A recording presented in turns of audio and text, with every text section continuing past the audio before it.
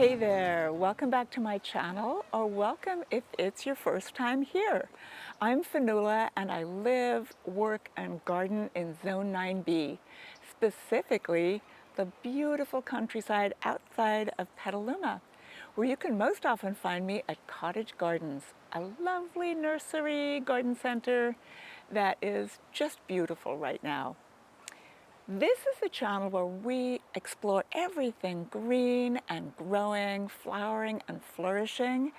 And today I really want to focus on ferns, specifically evergreen ferns, because here we are the first week of March and the evergreen ferns are just shining in the shade garden right now.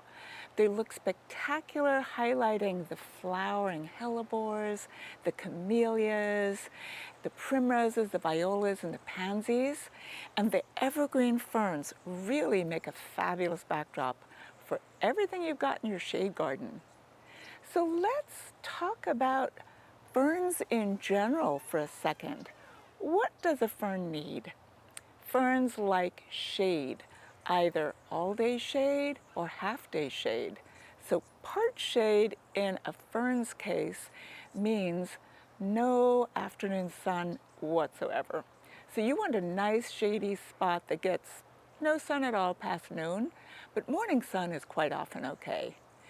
And they can take deep shade too, so they're perfect for that spot of the garden that is just like really awkward, really strange, doesn't get any sun whatsoever. A fern is the way to go. Or that dark porch that you've got out front and the sun never shines there and you want something lush and green and beautiful. That's where an evergreen fern comes in really, really handy. So what else does a fern need apart from shade? Ferns really like rich, moist soil. They also want the soil to drain really well, lots of organic matter, and then quite often, many of them want slightly acidic soil. So ferns in general are great in the landscape, but many also do really well in containers. So we're going to explore that world a little bit, but like I said, right now I want to focus on the evergreen ones because it's the first week of March. The deciduous ones, those that have lost all their leaves, they haven't begun to emerge yet, but the evergreen ones continue to shine. So let's follow along. Let's have a look at what I decided are my favorites. So evergreen ferns are just absolutely fantastic for adding texture and color to any shady area all year long. But did you also know that they are incredibly ancient? They belong to a family of plants that have been on this earth for over 300 million years. Think about that for a second. These plants have been around for over 300 million years. All that evolution going into creating something wonderful for your shade garden. So I'm going to start by talking about two of my favorite native ferns who happen to both be evergreen. We got this adorable little Blechnum spicant, which is a deer fern, native to the Pacific Northwest, native to the forests of the Pacific Northwest, but they do exist all the way down into Northern California. Just look at the texture, look at the formation of these. They're just adorable. You want to pet them. The little dark stems, the bright green foliage. I absolutely love this plant. And being a native, it's particularly easy to grow. Does like a little bit of acidity in the soil. So just picture it's used to growing underneath the canopies of various conifers and other sorts of trees in the Pacific Northwest and down to Northern California. That usually means acid soil. So just say you're going to bring home one of these ferns or one of my other favorites, the western sword ferns, you're going to want to add some acid to your soil. What I really love is our azalea mix. Mix that up into your existing soil, add some nice organic matter and just the right amount of acidity when you're planting one of these gorgeous natives. I am going to go and grab the western sword fern from over here. Now, obviously, this is a baby. This is a western sword fern. If you go for a walk in the redwoods or anywhere out in the shady countryside of Northern California, you're going to see western sword ferns everywhere. And they're called that because the leaves kind of have the shape of the hilt of a sword. And they can get big and beautiful and lush and fabulous looking. And they are so easy to grow. I have one at my house that's been in this spot for as long as I've been in the house, which is 26 years, obviously longer still. I honestly do not do anything for that poor plant, and it returns year after year, getting bigger and better and gorgeous, remaining evergreen and looking fabulous all the time. Once I did start noticing it was there, I did start taking better care of it, and I do actually give it some water now, but it survives quite some time without any care whatsoever. Look at this fern. It is semi-evergreen in other parts of the country, fully evergreen around here, and it's called fairy pillow fern. Just look at it. You can just imagine, I know you can't feel the texture, but it is soft and pillowy and beautiful, and the texture is just amazing. So delicate and elegant and graceful. And again, this is a baby. It's going to get 2 to 3 feet tall and wider, kind of arching out. But it's one of my favorites just for that frothy, gorgeous textural feeling and the bright green of the foliage. Such a lovely thing to grow around a dark colored hellebore. Absolutely love this one. Another one of my favorites, oh my goodness, I cannot forget about the Japanese tassel fern. This guy, look at this. Look at the new little fronds coming up and unfurling. I mean, just for this alone, I would grow it.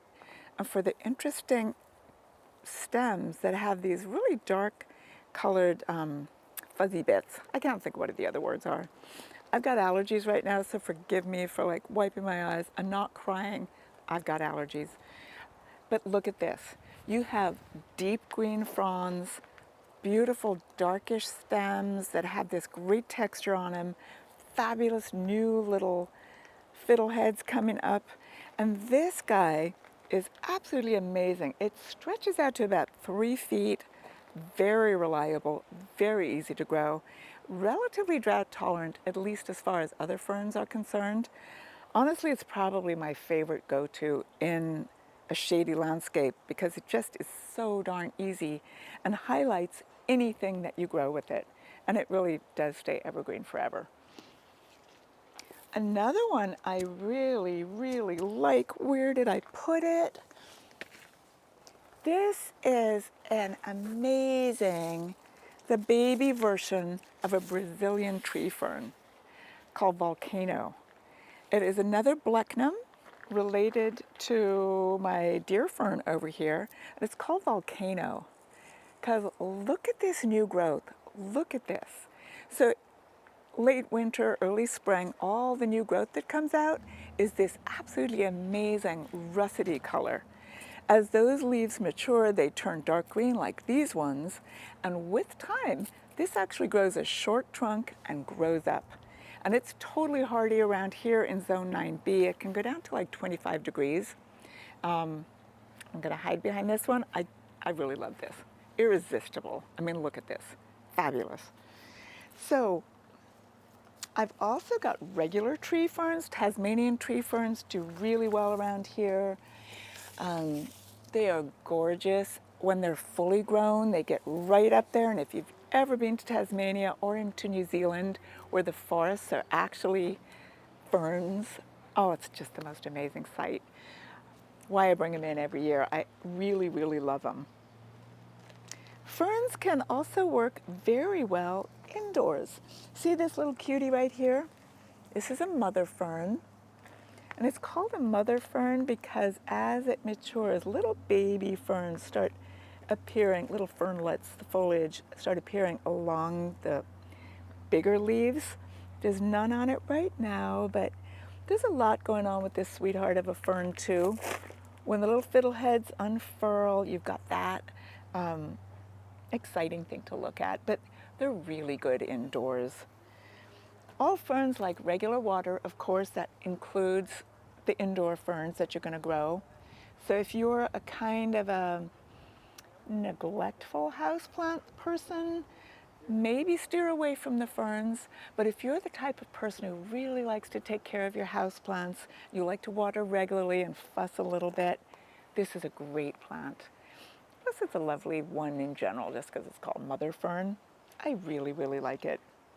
So yeah, pop it into a pot, dress up any table, any counter, any shady spot indoors. Even indoors, you don't want it in a bright western-facing window. You want shade for your indoor ferns, just as much as you need it for your outdoor ferns. So the world of ferns, it's a pretty big one, just considering, 300 million years of evolving different forms and shapes and colors. And then you introduce hybridizers, there's even more than nature even could come up with. So if you're just starting out in the world of ferns, have a look. What colors appeal to you? What textures appeal to you? What do you want to see in your shade garden?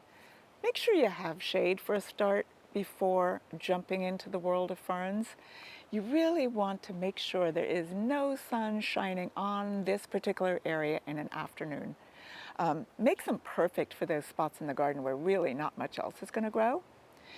They play great with other shade lovers. They really are wonderful with Japanese maples or camellias or hellebores.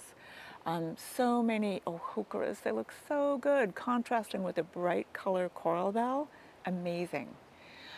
The one thing you want to make sure is don't mix them up with a drought-tolerant plant unless you really got your irrigation sorted out, because your ferns, in general, are not drought-tolerant. So come on in, ask me questions, drop comments, anything you like, and I'll go further into that for you. But narrow down what's the look you want in your garden. Start there. And then how are you going to take care of it once you bring it home? You're going to mix up a really good amendment with your existing soil. You found your shady spot. You mix up the amendment. I totally recommend Soil Booster mixed up with the azalea mix, kind of 50-50, and use that as your amendment. A third that mix with 2/3 of your native soil. And then you're going to plant your fern in there and read the label, because quite often these little ferns right now might just be 6 inches tall, 7 inches wide. Read the label, ask your questions, do your research, and give it the space it's going to need. Make sure it's going to be watered regularly till fully established, and it's always a great idea to mulch that fern. Mulch does a couple of things. One, if you're using the right mulch, it'll break down and add a little bit of acidity to the soil, which your fern is really going to appreciate. Two, it conserves the moisture. Three, it keeps the weeds away. So whether you're looking to create a whole woodland garden kind of a scene, or just have one beautiful fern on your porch or your deck that gets no sun, evergreen ferns are a really fabulous way to go. There are so many textures, so many colors, so many different interesting things to look for. You're absolutely going to get obsessed. Next thing you know, you have a whole fern garden or a whole fernery, and maybe even need to open up a fern bar. I don't know. Evergreen ferns, they're resilient, they're beautiful, they're graceful, they're elegant. I mean, they really are a fabulous plant to add to your shade garden. They look so good underneath any kind of a taller shade plant. You're absolutely going to get obsessed. Hopefully you like this video. Hopefully you are now obsessed with ferns, just like I am. If you have any questions, of course, drop me a comment. Better yet, come on in. You can also email me at info@cottagegardensofpet.com. Find me on Instagram or Facebook. Though I've been a little slow at that these days, just with one thing or another. I'm going to get right back on it. But yeah, come on in and visit. Make sure you like, subscribe, share, and thank you again for watching all the way through. See you next time. Happy gardening.